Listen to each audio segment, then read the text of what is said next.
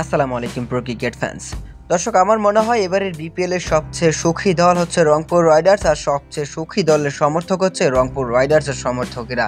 কেননা এই রংপুর রাইডার্সকে হারাবে কোন দল এবারের বিপিএলে? কেননা রংপুর রাইডার্স প্রতিটা ম্যাচেই তারা যেন জয় ছিনিয়ে নিয়ে আনছে কোনো না কোনোভাবে। আজকের ম্যাচটা দেখুন আপনি, সিলেটের বিপক্ষে, যেখানে সিলেট নির্ধারিত 20 ওভারে 205 রান দাঁড় করিয়েছিল, তাও নিজেদের ঘরের মাঠে সিলেট পর্বের প্রথম ম্যাচে।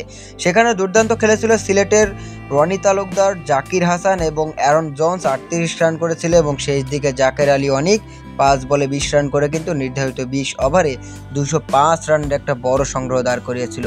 কিন্তু সেই সংগ্রহ কিন্তু রংপুর রাইডার্স হেসে খেলেই জিতে গিয়েছে। কেননা রংপুর রাইডার্সের হয়ে কিন্তু অ্যালেক্স হেলস দুর্দান্ত সেঞ্চুরি হাঁকিয়েছেন। 56 বলে 113 রান করে তিনি ছিলেন অপরাজিত। এক ওভার হাতে রেখেই রংপুর রাইডার্স এই ম্যাচটা জিতেছে। সাইফ হাসান ছিল দুর্দান্ত। সাইফ হাসান 49 বলে 80 রানের একটা চোখ ধাঁধানো ইনিংস খেলে গিয়েছেন। যদিও তিনি সেঞ্চুরি পেতে পারতেন, তবে সেই সেঞ্চুরিটা পেতে পারতেন তিনি যদি সিলেট স্ট্রাইকার্স আরও বেশ কিছু রান করতে পারত। তবে এদিন কিন্তু তানজিম হাসান সাকিব তিনি প্রথম ওভারে এসে রংপুর রাইডার্সকে রীতিমতো ভয় ধরিয়ে দিয়েছিলেন। কেননা প্রথম ওভারেই তিনি উইকেট তুলে নিয়েছিলেন আজিজুল হাকিম তামিমের।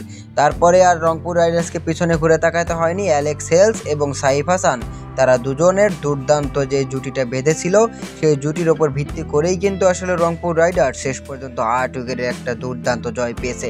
আর সিলেটের সমর্থকদের আক্ষেপ হতেই পারে, নিজেদের ঘরের মাঠে এত দুর্দান্ত ব্যাটিং করেও বোলিংদের ব্যর্থতার কারণে কিন্তু আপনি বলতে পারেন সেখানে সিলেট স্ট্রাইকার্স ম্যাচ হেরেছে। তো দর্শক, আপনি যদি রংপুর রাইডার্সের ফ্যান হয়ে থাকেন তাহলে অবশ্যই আমাদের ভিডিওর কমেন্ট বক্সে কমেন্ট করবেন। এবারের বিপিএল এর ট্রফিটা কি তাহলে রংপুর রাইডার্সই ঘরে তুলছে?